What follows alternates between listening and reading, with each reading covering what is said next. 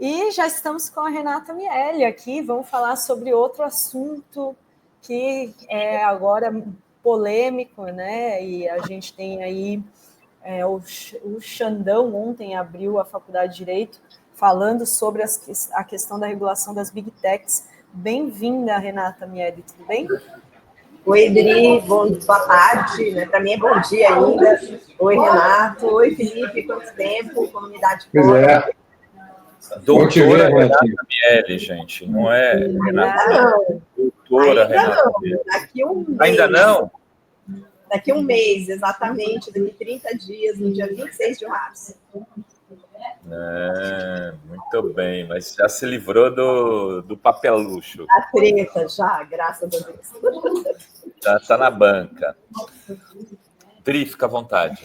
Vamos passar o videozinho do Alexandre de Moraes, falando um trecho ontem na abertura da aula da Faculdade de Direito da Universidade de São Paulo. Solta o vídeo, Gui. Techs, elas não são enviadas de Deus, como alguns querem. Elas não são neutras. São grupos econômicos que querem dominar a economia e a política mundial, ignorando fronteiras, ignorando a soberania nacional de cada um dos países, ignorando as legislações, para terem poder e lucro. Em nenhum lugar do mundo, se vocês pegarem esse novo populismo digital extremista, nenhum lugar do mundo esses grupos de extrema-direita dizem que são contra a democracia. Ele fez aí o Moraes, que está sendo aí duramente atacado, né? Agora a gente falou, né, que ele seja impedido de entrar nos Estados Unidos, tenha bens bloqueados, tá? Aí o extrema-direita querendo sanções contra eles. E aí, Renato, eu queria que você comentasse como você vê esse desafio de regular as redes sociais, as Big Techs, nesse contexto, né? Agora, com Elon Musk, toda essa disputa aí. Edri, acho que eu estive aqui na Fórum já esse ano, logo depois da fala do Zuckerberg, né? Onde eu comentei que a ofensiva das Big Techs e da extrema-direita contra os países que estão buscando estabelecer regulações soberanas elevou de tom, né? Então, não foi apenas as falas do Xandão, não é que a gente tem visto, né? Tem sido alvo de uma, digamos, perseguição política por parte do tem um áudio vazando, Renata, não sei se se tiver um fone, alguma coisa. Com fone, mas tá vazando muito áudio, deixa eu ver aqui só um pouquinho. Tá um barulho aí. Deixa eu... Rovai, tem a Márcia Borges dizendo: desculpe o superchat sobre futebol fora do contexto. Concordo com a Elenira, ela mandou um superchat para o Rovai dizendo que o Neymar era príncipe. Grande Márcia. O Marcos Vinícius Rodrigues diz: a questão da popularidade é muito mais complexa. Estamos falando de toda uma burguesia presente na mídia e nas Big Techs que faz lavagem cerebral, que é um pouco esse assunto que a gente vai falar agora com a Renata. Vamos ver se ela consegue tirar lá para um lugar mais silencioso ou pegar um fone, né, Rovai, para a gente... Ela saiu, né, ela e o Felipe. E... Voltou, Renata. Na verdade, eu mudei de lugar. Melhorou um pouco, gente?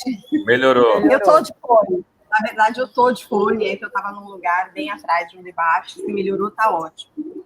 Então, eu estava falando que a ofensiva da extrema-direita cresceu demais, né? Então, a gente teve a fala do Zuckerberg, depois a gente tem tido as manifestações do Trump, nós tivemos no início do mês o vice-presidente dos Estados Unidos na Europa fazendo falas duras, se referindo à chegada de um novo xerife nos Estados Unidos, né?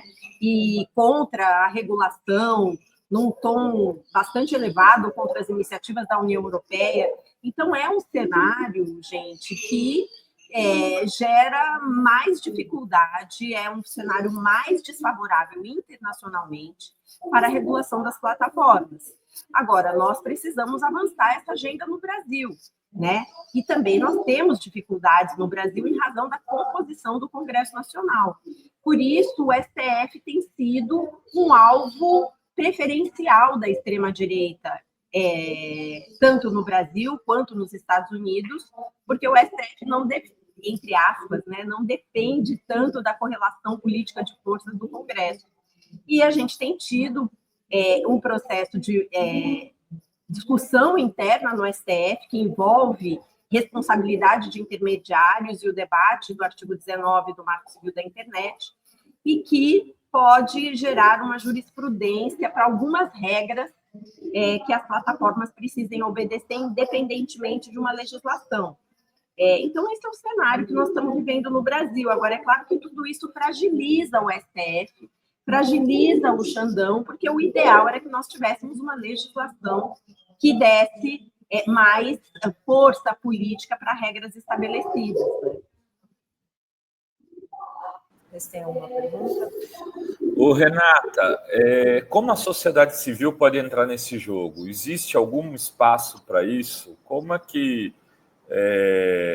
porque fica sempre uma guerra de superestruturas, né? Uma disputa congressual, jurídica, e agora com a entrada no jogo do governo Trump, eu acho que nesse campo a gente tende a ser derrotado. Não sei se você concorda comigo. É um cenário complexo, Ruvai. Eu acho que nós precisamos ampliar a participação dos movimentos sociais organizados e da sociedade civil em torno da agenda da regulação das plataformas. E aí, quando eu me refiro à sociedade civil, eu estou me referindo, por exemplo, às centrais sindicais. É importantíssimo, porque as centrais, elas têm força política, né? Então, como que a gente avança, por exemplo, na pauta da redução da jornada ou da jornada 6x1, com o espalhamento de desinformação e discurso de ódio contra a agenda sindical que ocorre no âmbito das plataformas digitais? Como que você avança na promoção de igualdade e direito das mulheres? Estamos aí chegando no mês de março, 8 de março, com redes sociais que incentivam a misoginia e o ódio contra as mulheres. Então, esses movimentos, digamos, mais tradicionais, eles precisam incorporar de forma central a agenda da regulação das Big Techs, porque hoje isso é determinante para a definição do ambiente político que nós estamos vivendo, né? São nessas plataformas que a extrema-direita está conseguindo fazer avançar seus valores reacionários, até anticivilizatórios. Nós tivemos aí essa semana o resultado, né, das eleições na Alemanha, e a gente viu como essas plataformas têm buscado interferir nos processos políticos. Portanto, Ruvai, eu acho que a mídia precisa falar mais sobre isso, a mídia alternativa, a mídia hegemônica. A gente precisa parar e pensar que, como diz o Alexandre de Moraes, e que é uma coisa que a gente já dizia há muitos anos, essas plataformas não são neutras, elas têm, para além de interesses econômicos, elas têm interesses políticos muito claros no jogo geopolítico internacional, no qual a democracia é um obstáculo para atingir os interesses desses grandes grupos privados. Então, passou da hora da gente trazer movimentos sociais para o centro dessa batalha política. Renatinha, enquanto não tem regulamentação, e a gente toma de 7-1 todo dia nas redes, como que a gente equilibra esse jogo em termos de linguagem e de velocidade? Ai, Felipe, como é difícil, né? Porque a gente também entra numa chave que eu tenho particularmente uma visão bastante crítica, que o problema é que a gente não sabe usar as redes e eles aprenderam a usar as redes. E essa frase, por mais verdadeira que ela possa ser, e ela tem um componente real, até porque aqui, falando como jornalista, estamos aqui entre jornalistas, comunicadores, né? nunca a gente atinge um patamar ideal de comunicação. Comunicação, a gente sempre pode melhorar em tudo, na linguagem, no formato, nas estratégias, né? Não é um jogo, é mais uma maratona do que uma corrida de 100 metros, né? Então, sempre podemos melhorar, é claro. O problema é que nós não temos os mesmos instrumentos econômicos e não temos o algoritmo do nosso lado, dentro dessas plataformas. Então, nós precisamos, na minha avaliação, compreender a necessidade de mais sinergia e mais engajamento entre nós. Nós precisamos trabalhar mais em rede, né? Isso pode nos ajudar. Então, eu vou dar um exemplo bem simplório. Ao invés de eu fazer o meu próprio card sobre o dia do primeiro voto feminista, por que a gente não compartilha o mesmo? Né? Então, a gente dá um sprint num conteúdo e vamos todo mundo compartilhar aquele conteúdo. Nós temos que ter um jogo mais combinado, né? Nós temos que ter mais... Isso nos ajuda, porque isso faz com que a gente gere uma informação para o algoritmo de que aquele conteúdo é um conteúdo que foi escolhido para ter mais engajamento. Mas, é claro, há muitas coisas que a gente precisa fazer, a gente precisa fortalecer uma comunicação para fora das redes sociais. Acho que a gente discute como foco rede social, mas, gente, tem um mundo para fora disso. Tem rádio, o rádio tem relevância no Brasil, a gente precisa ocupar as rádios, a gente tem que fortalecer uma TV pública, né? Então, tem uma série de questões que, sim, Felipe, minha resposta para você não é única, né? Não tenho, se houvesse uma solução simples e uma resposta fácil, a pergunta não seria difícil, né? Mas eu acho que falta isso, assim, se eu pudesse apontar um fator que, na minha opinião, esteja faltando essa maior visão estratégica de articulação para enfrentar o poder do algoritmo. Né, que a gente sabe que privilegia, né, teorias de conspiração, fake news, isso vai espalha rapidamente, discurso de ódio, né, e é complicado.